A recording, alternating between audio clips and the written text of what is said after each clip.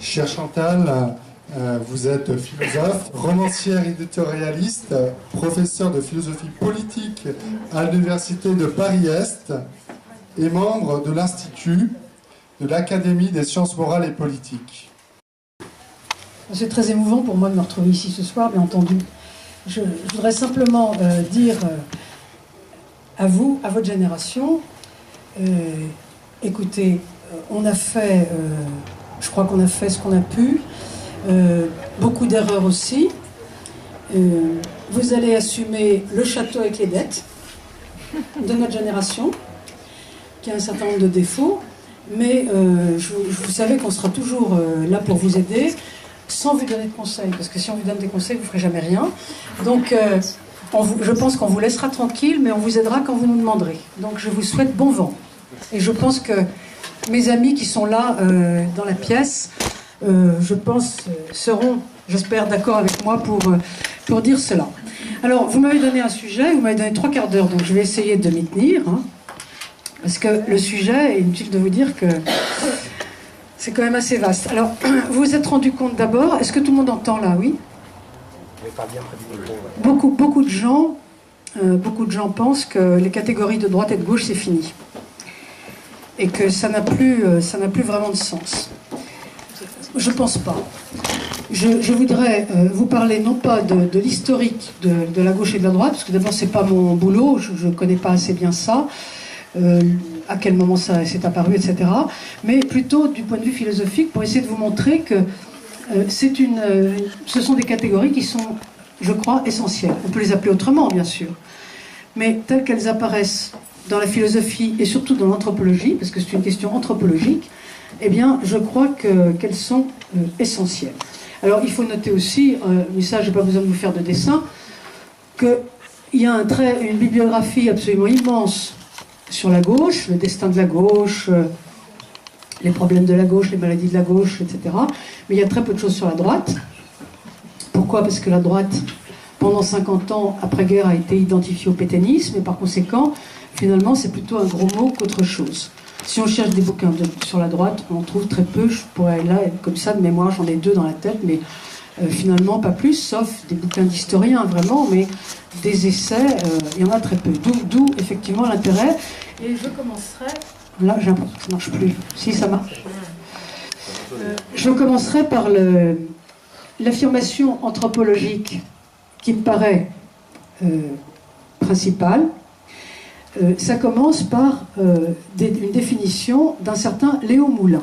Léo Moulin est un Belge qui est décédé il y a peu de temps et qui avait été à l'origine de la construction européenne et notamment la création du collège de Bruges.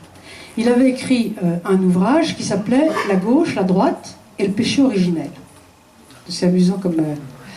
C'était un historien, Léo Moulin, agnostique d'ailleurs, qui était finalement tombé dans le bénitier et qui était devenu spécialiste des monastères, en même temps spécialiste d'ailleurs de cuisine, peu importe. Alors, le péché originel, c'est très important. Ça signifie que la gauche ne croit pas au péché originel. Et évidemment, ça change tout parce que la droite, elle pense que l'homme entretient le mal et le bien ensemble, dans sa fibre, dans sa nature, et au départ, la droite parle de nature. On va le voir tout à l'heure, je ne suis pas sûr qu'il faille encore en parler, mais bon. Donc, qu'est-ce que ça veut dire? Ça veut dire que la droite pense qu'il faut, par exemple, jamais avoir une mesure politique, organiser des mesures politiques sans penser à ces perversions possibles, parce que le mal est toujours là, ou c'est encore, être à droite, c'est encore penser, par exemple, que le pouvoir rend fou. Le pouvoir absolu rend fou absolument, comme vous savez, etc. Là, ça ne marche pas très bien, je crois. Il y a eu un philosophe dont Léo Moulin parle beaucoup, en fait plutôt à la fois un moine et un philosophe, qui s'appelait Pélage, du 5e siècle, après Jésus-Christ, qui pensait que le libre arbitre de l'homme pouvait effacer le péché originel. C'est-à-dire que si on le voulait vraiment très fort, et si on faisait tout pour ça, on parviendrait à effacer le péché originel. Ça signifiait que la faute originelle n'était plus une fatalité. Eh bien, c'est ce que pense la gauche au départ, et c'est ce que ne pense pas la droite. À cet égard, la gauche, et Léo Moulin l'avait bien vu, et je vous en parle parce que je pense que si vous voulez lire un livre là-dessus, c'est très intéressant de se procurer ce petit bouquin de Léo Moulin, qui je pense est toujours trouvable grâce à Amazon. La gauche, à la suite de Pélage, devient rousseauiste, puis marxiste. Marx doit beaucoup à Rousseau. Et que fait Rousseau? Là, je regrette de ne pas avoir un tableau, parce que ça marche très bien avec le tableau. Nous croyons à droite, parce que je pense qu'ici tout le monde est à droite, enfin, bon, peut-être que c'est pas vrai, mais enfin bon, on m'invite pour ça, donc voilà, je suis tranquille. Nous pensons que le péché, le mal est au début, donc il nous suit tout le temps, on ne peut pas s'en débarrasser. C'est comme, si vous voulez, si c'était dans notre fibre, c'est comme si c'était tissé dans notre fibre, c'est ça le péché originel. Tandis que quelqu'un comme Rousseau, d'ailleurs à la suite de Pélage au fond, c'est quelqu'un qui dit non, au départ l'homme est bon, les hommes sont bons. Il décrit d'ailleurs les hommes anciens un peu comme des ravis de village, vous voyez, qui sont toujours contents de tout et qui ne font jamais de faute. Et à un moment donné, le mal arrive, comme une sorte de coup d'épée dans l'histoire. Alors, pourquoi ça arrive? Comment ça arrive? On n'en sait rien. Et à partir de là, le mal est là. Et qu'est-ce que ça veut dire, le fait que le mal arrive soudain coup? Ça veut dire qu'on peut le faire disparaître. S'il est historique. Si l'histoire peut l'amener, l'histoire peut l'enlever. Vous comprenez? Donc, à partir de là, tout change. Les hommes ne sont plus les mêmes si on pense que le mal est historique et si on pense que le mal est à la racine. Toute la différence, en fait, entre la droite et la gauche, au départ, elle est là. Alors, c'est ainsi que nous avons tendance à penser que l'homme est à la fois égoïste et solidaire, narcissique et généreux. Nous avons tendance à penser que s'il n'a pas de propriété privée, il devient indifférent et passif et il fait n'importe quoi. Et en effet, on s'aperçoit quand même que nous n'avons pas complètement tort. C'est pour ça qu'il y a des changements dont je vais vous parler après. On s'aperçoit que le profit privé a été capable quand même de fournir à tous, ou en tout cas à presque tous, une vie plus décente à partir du moment où on a pris en compte les intérêts individuels. Ce que d'ailleurs les socialistes ne pardonnent pas au libéralisme. Ils se demandent toujours comment la démocratie de marché, entre guillemets, a pu servir le bien commun en partant d'intentions si douteuses, parce que nos intentions sont forcément douteuses, alors que le socialisme réel, qui était nourri d'intentions si pures, a fabriqué partout du malheur à la chaîne. Ça, c'est effectivement une question importante que se posent les socialistes. Mais enfin, je ne veux pas commencer à polémiquer tout de suite.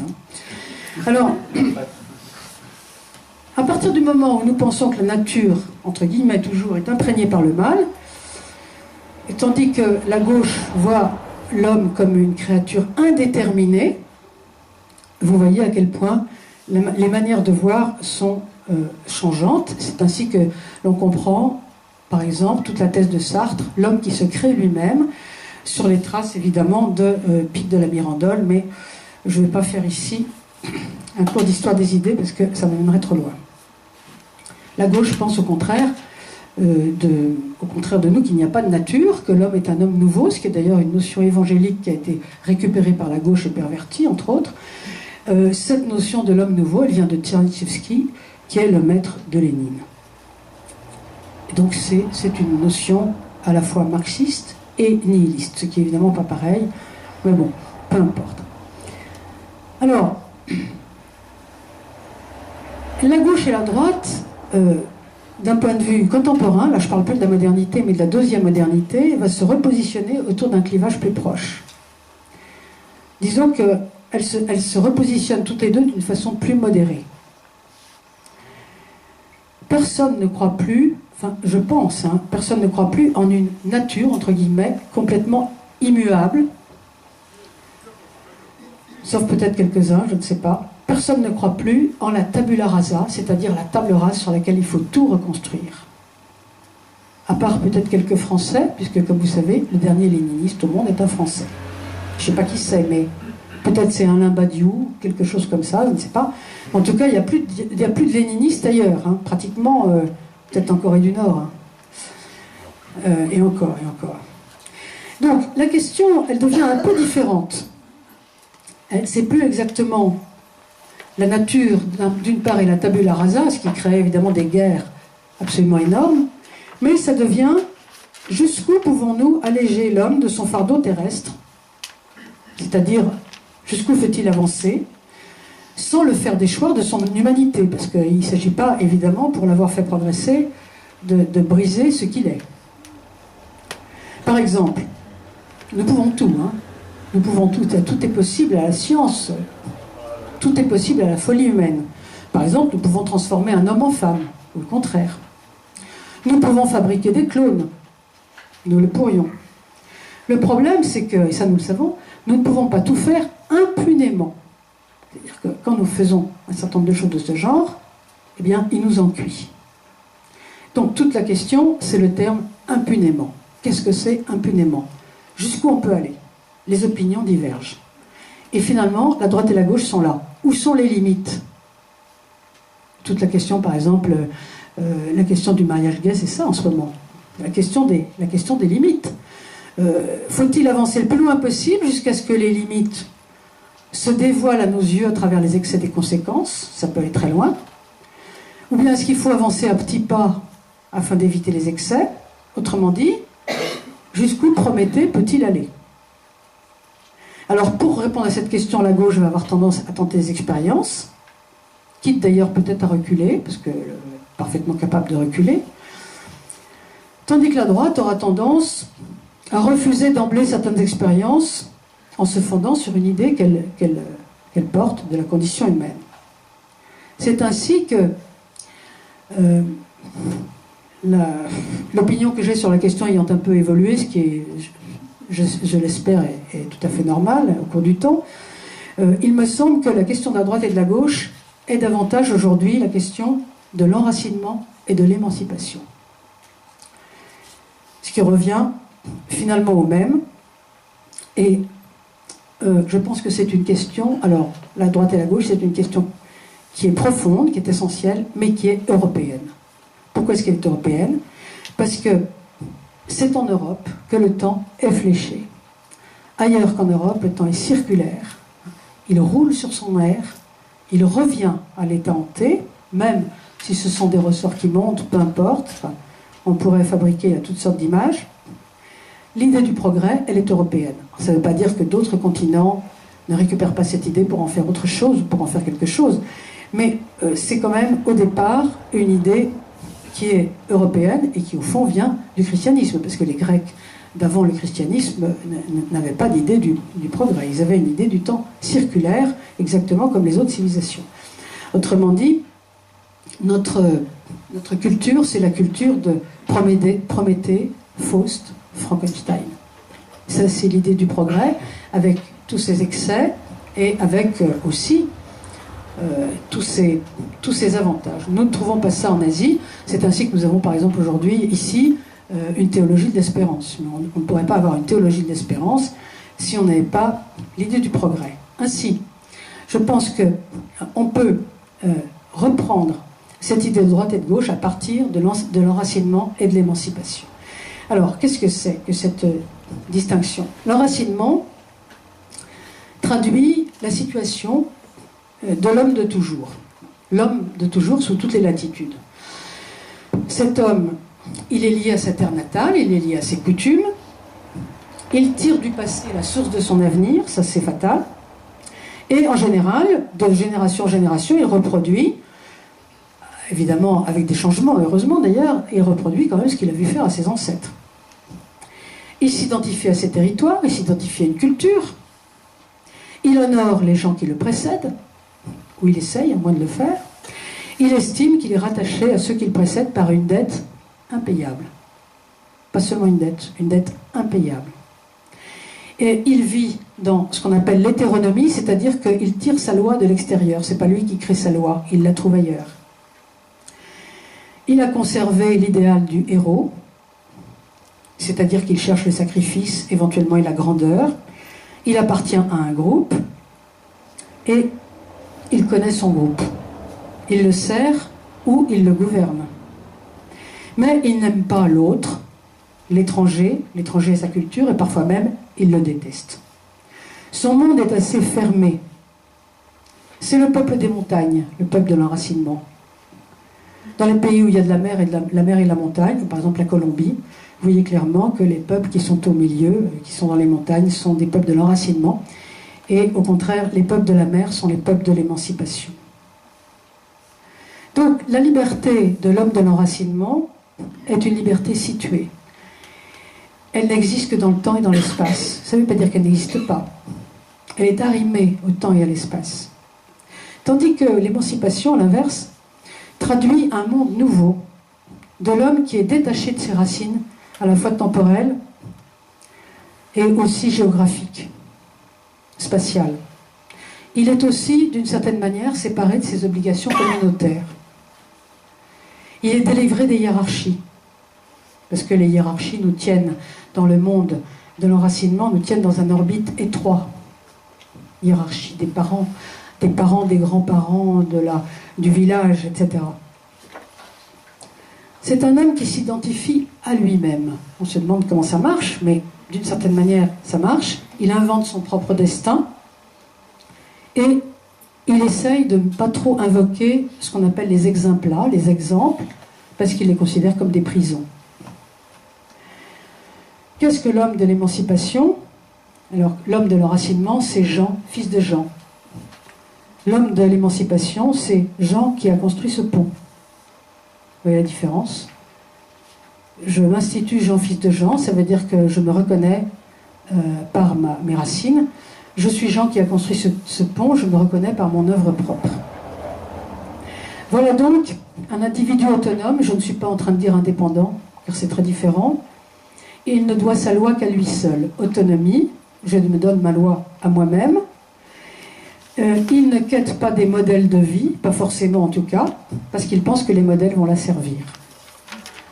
Il vit dans un monde ouvert, il traverse les frontières, il transgresse les limites.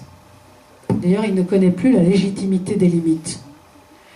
Il est habitué à l'autre, celui qui est différent, d'autant plus facilement qu'il n'a plus d'identité propre à revendiquer, puisque c'est lui qui se crée son identité. Donc, il est habitué à l'autre, mais autrui, ce qui n'est pas pareil, ne lui parle pas comme autrefois. Pourquoi? Parce que les solidarités naturelles se sont distendues. Solidarités naturelles qui existaient dans le monde de l'enracinement.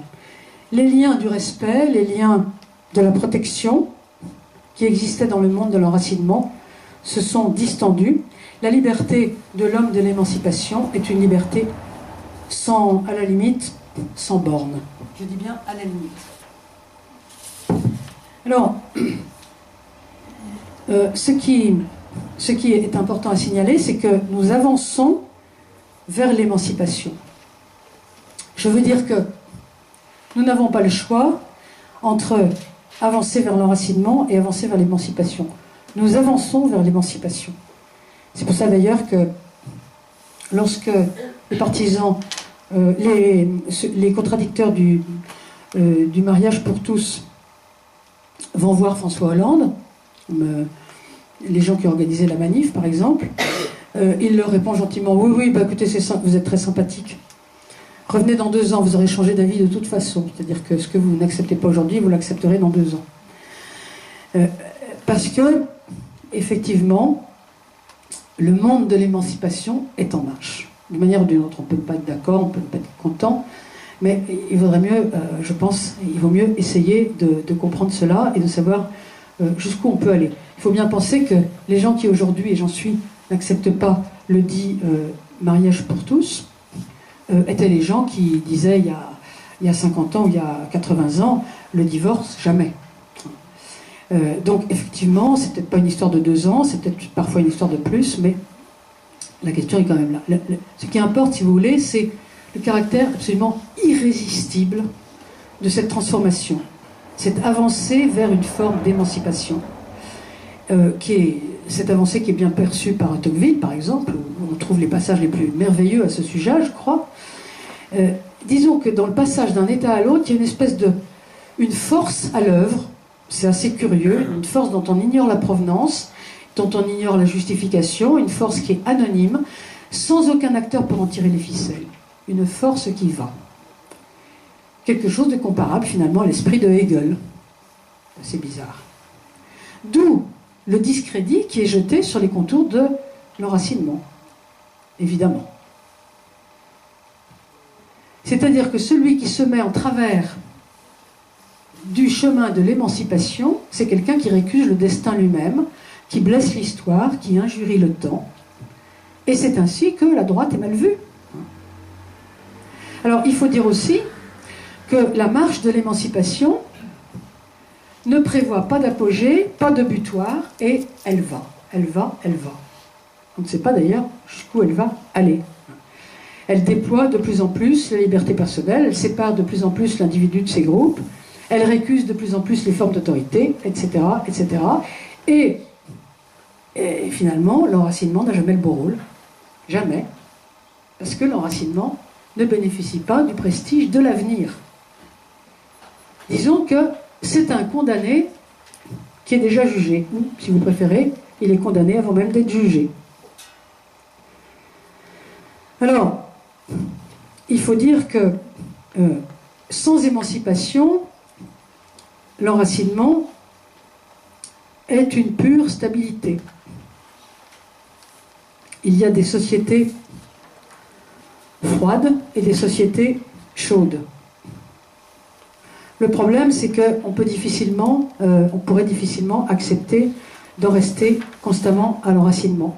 Parce que finalement, c'est nous, je ne dis pas nous les Occidentaux, je dis nous les chrétiens, qui avons inventé le progrès. Alors après, entre nos mains, c'est devenu un pétard. Pas mouillé du tout, malheureusement. Un pétard qui va trop vite. Et néanmoins, c'est quand même nous qui avons inventé ça, donc on n'a pas de raison de le reléguer au placard. S'il n'y avait pas d'émancipation, on n'aurait jamais aboli l'esclavage. Or, je vous rappelle quand même que l'esclavage, contrairement à ce qu'on peut dire, n'a pas été inventé par nous, mais il a été aboli par nous. Exactement au XIXe siècle en Angleterre. Alors, la volonté de supprimer tout enracinement signe la présence d'une émancipation complètement pervertie. Il y a une sorte de débâcle humaine qui accompagne un déracinement trop extrême. On ne peut pas s'en sortir dans le déracinement complet. Ce que je veux dire, au fond, c'est que nous avons besoin des deux. En tant qu'Européens, nous avons besoin de l'émancipation, parce que ça fait partie de notre culture et de notre philosophie et de notre croyance, mais aucun humain ne peut se passer d'enracinement. Il y a des humains, d'ailleurs, qui ne vivent que dans l'enracinement. Vivre seulement dans l'enracinement, ce ne serait pas mortel. On pourrait très bien... Les Chinois vivent comme ça, hein, ou ont vécu comme ça jusqu'à peu.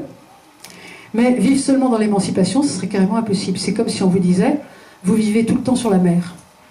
L'émancipation, c'est la mer. L'enracinement, c'est la terre. On ne peut pas vivre tout le temps sur la mer, vous vous rendez compte? On ne pourrait pas. Comment pourrait-on faire? Alors, je voudrais juste vous citer un petit point pour vous montrer à quel point l'émancipation toute seule, ça ne peut pas fonctionner. On trouve cela dans les textes de Trotsky, qui est pourtant pas suspect de trop aimer l'enracinement. Il écrit, on peut trouver ça sur le site, sur Google très facilement, un texte qui s'appelle comme ça. Avec la Révolution, la vie est devenue un bivouac. Je ne sais pas si vous avez déjà bivouaqué. Vous êtes accroché à un piton, là j'ai quelques neveux là, qui se connaissent ça très bien. Vous êtes accroché à un piton, les pieds dans le vide. Vous avez un peu, peut-être la peur au ventre, je ne sais pas. En tout cas, vous savez très bien que vous ne pouvez pas rester là plus de quelques heures, peut-être une nuit, mais c'est bon. C'est ce qu'on appelle la précarité. Alors, la précarité permanente est quelque chose qui n'est pas possible aux humains. La précarité permanente qui est décrite dans le texte de Trotsky, que vous trouverez facilement sur un site, vous tapez simplement « Avec la Révolution, la vie est devenue un bivouac ». C'est décrit comme la vie d'un humain désarrimé, déjà presque mort, affreusement triste, parce qu'il est attaché seulement d'une façon provisoire. L'enfant deviendra fou. Imaginez un enfant qui change de mère aussi souvent que d'instituteur. Ça ne peut pas marcher naturellement. Ce système est trop étrange pour pouvoir fonctionner. C'est pas moi qui le dis, c'est Trotsky. Et il souligne, je cite quand même ces mots, parce que sinon vous n'allez pas me croire, vous allez croire que j'ai inventé, que la vie permanente dans le bivouac, je cite, porte le sceau de l'insignifiance. C'est-à-dire que cette vie n'a pas de signification, donc elle n'est rattachée à rien. Avoir une signification, ça veut dire être rattaché à quelqu'un. Le signe. Donc, ça signifie que le déracinement abolit les significations. Or, nous autres humains, nous ne pouvons pas vivre sans les significations. C'est ainsi que Trotsky ajoute la chose suivante, comme très intéressante. Nous sommes là à attendre la maison définitive. Car comme vous savez, les soviets étaient des gens qui avaient tout détruit autour d'eux, mais ils n'avaient pas tout détruit dans l'idée de vivre dans la destruction, mais dans l'idée de trouver enfin la maison définitive. Alors que nous autres, nous savons très bien qu'il n'y a pas de maison définitive pour nous, en tout cas sur cette terre. Si nous sommes croyants, nous y croyons pour après. Mais sur cette terre, non, nous savons que rien n'est vraiment définitif. Et Trotsky, lui, voilà ce qu'il espérait. Et il disait, on peut supporter cette vie de bivouac pour l'instant, mais pas trop longtemps. Nous attendons la maison définitive, qui évidemment n'est jamais arrivée, et c'est comme ça que, patatras, tout est tombé. Alors, je voudrais distinguer ici 2 points à propos justement de la question de l'enracinement et de l'émancipation. La droite croit en l'existence d'une condition humaine, d'une part, et d'une condition culturelle, d'autre part. Ça, c'est un fondement philosophique qui apparaît clairement dans tous les débats sur les questions de société. C'est-à-dire que la droite est dite conservatrice. Alors, il y a un problème de définition entre la droite conservatrice et la droite libérale. Le libéralisme n'est pas spécialement de droite. Ce qui est de droite, à mon avis, mais on peut en discuter après si vous voulez. Et bon, je ne suis jamais persuadée d'avoir tout à fait raison, assurez-vous, ça vaut mieux. Je pense que la droite est conservatrice,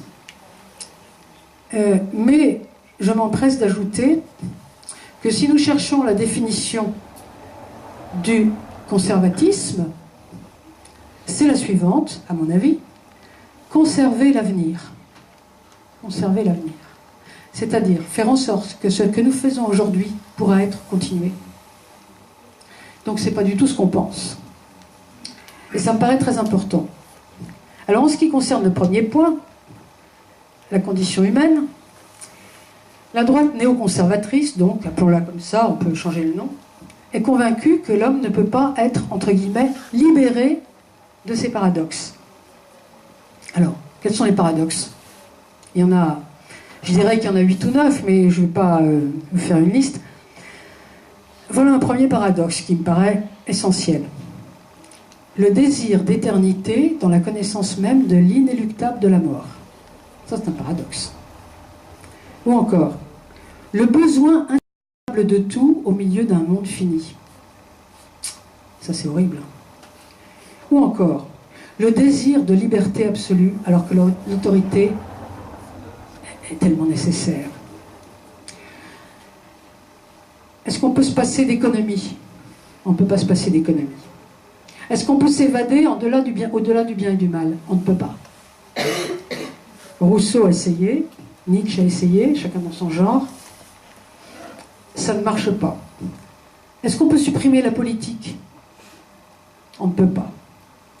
Voilà des paradoxes structurants. Qu'est-ce que c'est que des paradoxes structurants? Nous sommes faits par ces paradoxes. Et ils sont l'essence de la condition tragique de l'homme. Nous sommes des créatures en condition tragique. Il n'y a que l'orgueil de l'ange qui puisse nous pousser à vouloir dépasser ces paradoxes. Nous pouvons bien les vivre, nous pouvons les penser, nous ne pouvons pas les dépasser. Il s'agit d'accepter ces paradoxes. C'est parce que la droite croit en l'existence d'une condition humaine qu'elle est plus sensible que la gauche à la dette que nous avons envers la tradition. Je veux dire que si on parle du principe que, si on parle de la certitude que l'homme n'est pas de la cire molle qu'on remodèle tant qu'on veut, eh bien, il est toujours intéressant de savoir comment nos prédécesseurs se sont tirés des vilaines situations dans lesquelles nous nous trouvons en permanence. Alors, en ce qui concerne maintenant la condition culturelle,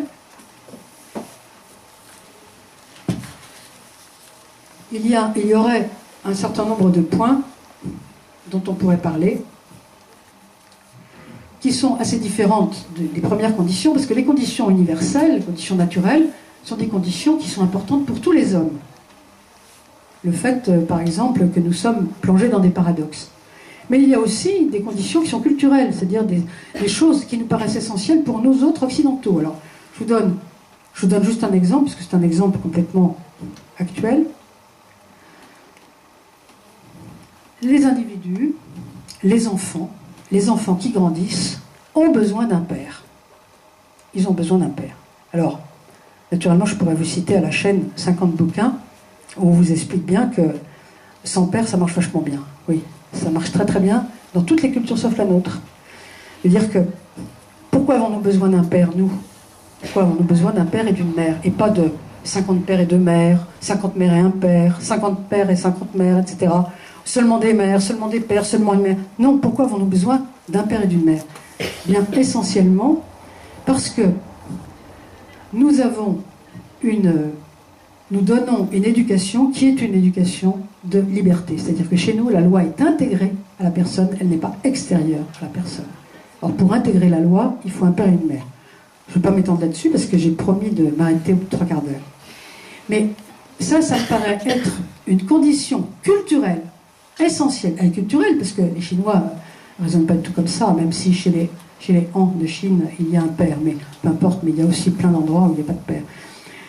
Il y a énormément d'endroits dans le monde, essentiellement, où le père n'a aucune importance. Chez nous, il a de l'importance parce que nous sommes une culture de liberté.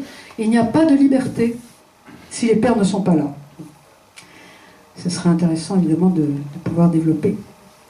Alors, chacun des deux courants, la droite et la gauche, trouve des excès spécifiques. La droite tombe dans le particularisme. La gauche tombe dans l'abstraction. La perversion de la droite, c'est le cynisme. La perversion de la gauche, c'est l'hypocrisie. Pourquoi? Parce que, au nom de la nature, et nous pensons beaucoup à la nature, à droite, au nom de la nature, l'immoralité s'étale. Forcément. C'est naturel, donc le mal est naturel aussi, etc. Mais au nom de la morale, parce que la gauche parle de la morale tout le temps, la nature se dissimule. Donc, on est hypocrite. La perversion de la droite, c'est une forme de fatalisme. Mais le volontarisme de la gauche confine à l'orgueil de l'ange. L'orgueil du démon, peu importe, c'est pareil. Donc, finalement, il y a des perversions partout. Ce que je dirais, mais j'ai vraiment promis de m'arrêter quand il faut.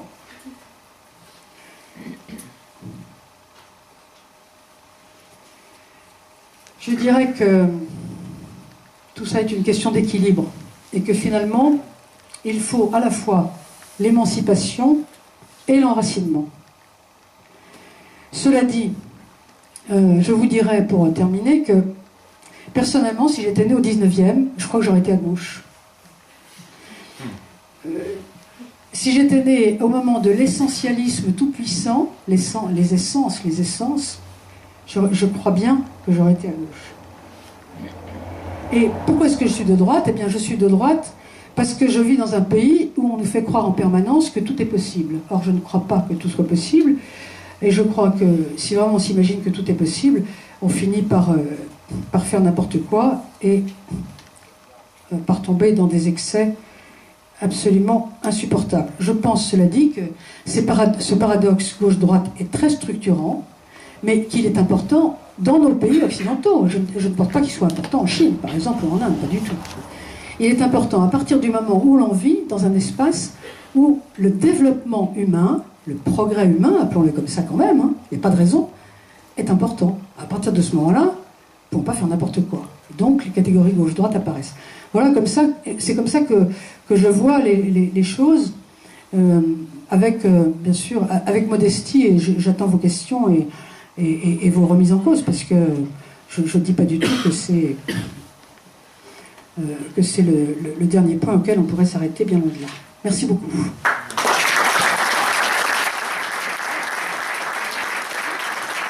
Je voulais juste savoir, en fait, si être de droite, c'est vouloir la liberté, tout en acceptant notre nature d'homme, et si être de droite, c'est refuser un peu si j'ai bien compris, hein, le progressisme un peu superficiel, pourquoi on pourrait ne pas toujours être de droite, en fait?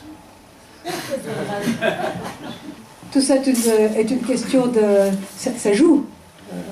Il n'y a pas de catégorie figée.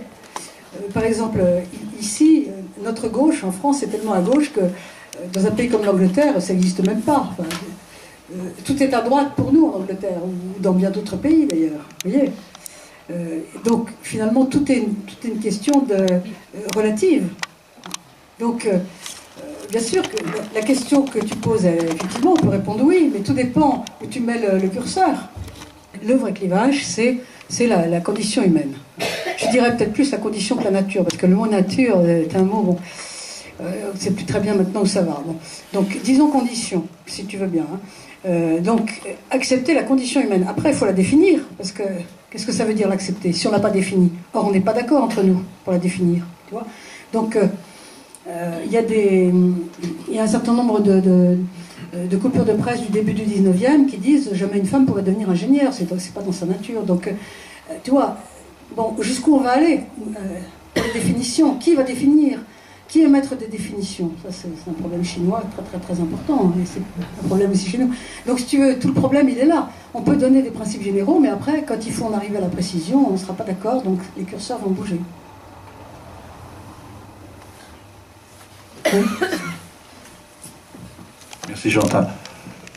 On expliquait toujours que Marx avait tort en disant que l'homme était le produit de l'histoire. C'était l'homme qui faisait l'histoire, même s'il ne connaissait pas l'histoire qu'il fait. Mais dans votre propos, vous avez bien dit qu'il y avait une force au cœur de l'évolution de l'émancipation. Et vous avez mentionné cette force en disant un petit peu comme on peut la retrouver chez Hegel. J'aimerais que vous expliquiez un peu ce que ça veut dire. Qu'est-ce que c'est que cette force qui, d'une certaine manière, j'ai senti qu'il y avait une sorte de fatalisme, de déterminisme qui nous emmenait quelque part dans le mur. Vous avez utilisé le mot de force. Hein? Est-ce que vous pouvez creuser cette question-là? Ça nous amènera dans le mur si nous voulons bien. Bon. Mais ça ne va pas forcément nous emmener dans le mur. Alors, d'où vient cette force? Je pense quand même que ceci est propre à la civilisation chrétienne. Le fait que nous sommes, nous sommes un peuple en marche. Nous avançons. Et partons du principe que, il y a eu l'esclavage, mais si on avait Socrate en face de nous, on ne le mettrait pas au procès pour esclavage. Et nous avons avancé à cet égard, nous avons compris un certain nombre de choses, nous sommes capables d'avancer, nous sommes capables de nous développer. Et ça, c'est tout à fait dans l'orthodoxie chrétienne. Il y a sûrement des gens ici qui sont bien meilleurs que moi en théologie, mais c'est orthodoxe. Donc nous sommes là pour nous développer. Donc je pense qu'il faut être capable, même quand on est à droite, de croire au progrès, à condition évidemment d'y croire de façon intelligente, mais c'est possible. Le progrès n'est pas un gros mot, même à droite. Voilà. Moi j'avais l'impression qu'actuellement, justement, c'est la gauche qui allait vers le corporatisme, qui est l'excès d'acceptation des particularismes, on peut dire. Et en particulier, pour le mariage pour tous, la gauche est dans le refus de la défense de la société, dans la défense de l'intérêt commun, du bien commun, et qui est une notion en fait existentielle, essentielle, pardon, plus qu'existentielle. Voilà, donc je vois une contradiction, parce que c'est pas plutôt la gauche actuellement qui bat dans le particularisme. C'est vrai, oui, c'est vrai ce que vous dites, c'est que la question c'est qu'il y a des clivages un peu dans tous les sens. Oui. Et effectivement, on peut trouver à gauche comme à droite d'ailleurs des clivages qui vont aussi bien dans le sens du particularisme que dans le sens de l'universalisme. Et d'une manière générale quand même si c'est pas vrai dans tous les cas de figure, la gauche pêche plutôt par trop d'universalisme et la droite par trop de particularisme. Et ça me paraît, d'ailleurs, ça paraît évident. ça va aussi avec le... si vous voulez, si vous reprenez cette fameuse phrase qui avait été prononcée par Le Pen, dont on ne peut pas dire qu'il soit à gauche, effectivement, je préfère ma sœur à ma cousine à ma voisine. Ça, c'est typiquement, si vous voulez, une expression du particularisme. Alors évidemment, d'une manière agressive et tout ce qu'on veut, mais c'est ça le particularisme, finalement. Tandis que la gauche, au contraire, va plutôt aimer tout le monde, et finalement, à aimer tout le monde, elle va n'aimer personne. Parce que quand on aime tout le monde, eh ben, on n'est même plus capable de regarder sa voisine, justement. Donc, c'est, d'une manière générale, c'est quand même ça. Qu'il y ait des exceptions, ça, bien sûr, je le concède volontiers, vous avez raison. Vous nous avez dit que l'émancipation était quelque part inéluctable. Dans ce cas, n'est-il pas vain d'être de droite? Non, mais elle est inéluctable au sens où il y a une sorte d'avancée, effectivement, qu'on a sous les yeux, d'ailleurs. C'est quelque chose que l'on voit. Alors, inéluctable, ça signifierait que c'est une loi intérieure. Bon, ça irait un peu plus loin. Je pense que dans notre culture, il ne peut pas ne pas y avoir d'émancipation. Ce qui est autre chose, mais ça ne veut pas dire, c'est pas parce que l'émancipation appartient à notre culture que l'enracinement ne lui appartient pas aussi. Toute la question est de savoir jusqu'où il faut conserver l'enracinement et jusqu'où on peut accepter l'émancipation. Par exemple, en ce qui concerne le mariage pour tous, je dis mariage pour tous, mariage gay en fait, bon. Il faut quand même regarder ce qui se passe ailleurs, dans d'autres cultures et à d'autres époques. Bon, on s'aperçoit quand même qu'il y a un certain nombre de choses qui n'existent nulle part. Vous voyez ? Ça, c'est une chose qui n'a existé nulle part.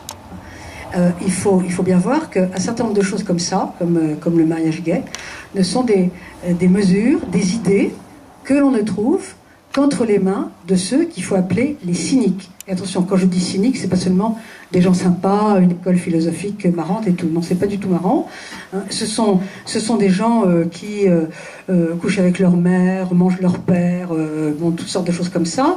Et c'est une école qui commence par Diogène le cynique, qui continue avec Sade, etc. Bon.